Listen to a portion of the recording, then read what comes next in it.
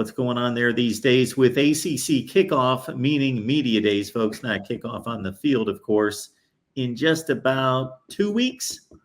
Yeah, just about 2 weeks. So I did write about the upcoming marquee non-conference game in 2027, the opener, the Las Vegas kickoff, where the U will face, or will Utah, sorry, University of Utah will face off against the real U, the University of Miami. So I know that they try and say, oh, we're the whatever. No. So the University of Utah will face off against the U in Las Vegas Labor Day weekend 2027. So start saving your pennies and nickels and everything to go out for that.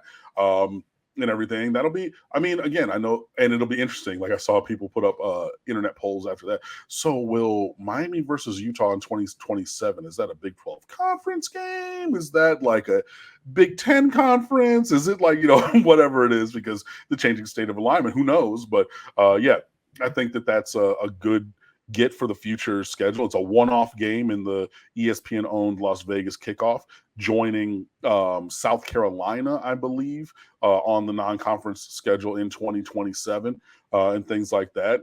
So which Miami plays twice.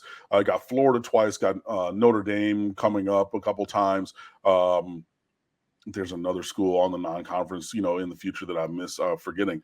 But yeah, another marquee game. And a chance to just have the brand on display, and hopefully the team will, rise to the occasion. I also saw a bunch of journalists joking and saying, hasn't Mario Cristobal learned about going to play, have his team play play Utah in Las Vegas? Because last time that happened, the Pac-12 championship game a few years ago, did not go well for him and his squad. But I thought that was, I mean, it's true and funny. So, I mean, hey, you can laugh at jokes because jokes are funny. But yeah, that was one of the things up there. Justin Tattavio doing a lot of his summer scheming series, looking at the scheme that our opponents have employed in the past and how that might impact the games upcoming and several other things. So that is a taste of what we got going at State of the U in the near future. And yeah, you see the future schedule. So in 2024, obviously our marquee non-conference game is at Florida and then also at USF, which is the one away. So it's 2-1, but we get the one first. So if you see that, also USF at home in 25 and 28. So that's the 3-game series. We host Florida in 25, and also Notre Dame is to be, and also hosting Notre Dame in 25, at Notre Dame and at South Carolina in 26 versus Utah, and then hosting South Carolina in 27. And then we're back with at Notre Dame in 28. It's Auburn in 29 and 30. That's who I forgot. And then more Notre Dame because of the ACC tangential agreement in other future years. So, yeah, just in the next few years, 2 against Florida, 2 against South Carolina, 1 or 2 against Notre Dame, 1 off against Utah, and 2 against Auburn, all those between now and 2030.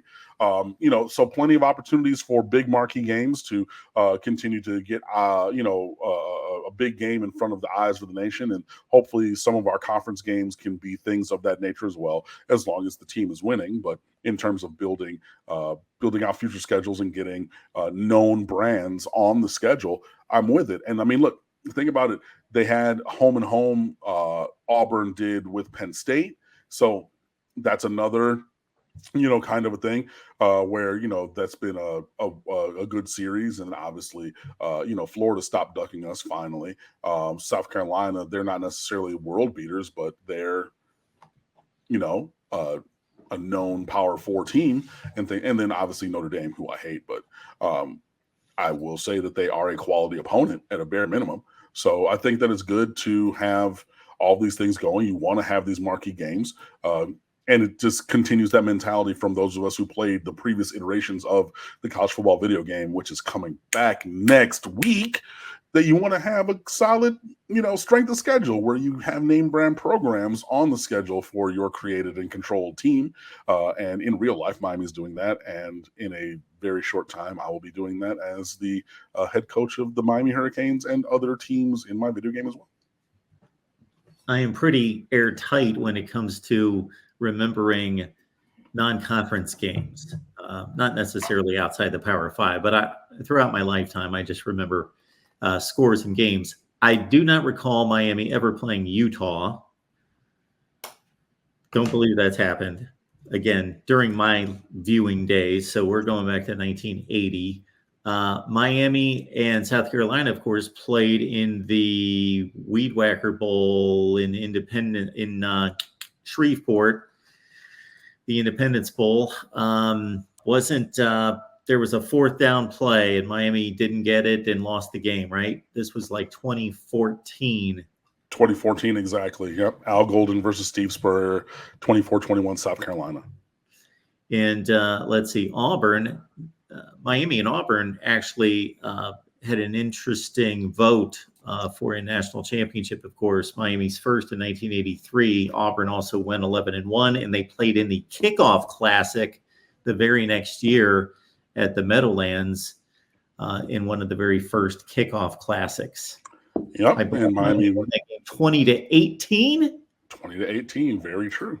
And all of those things are absolutely accurate. So yeah, that's a very good note from Miami's first championship, and then the next year got that right. Definitely mind like a steel trap on the South Carolina bowl game.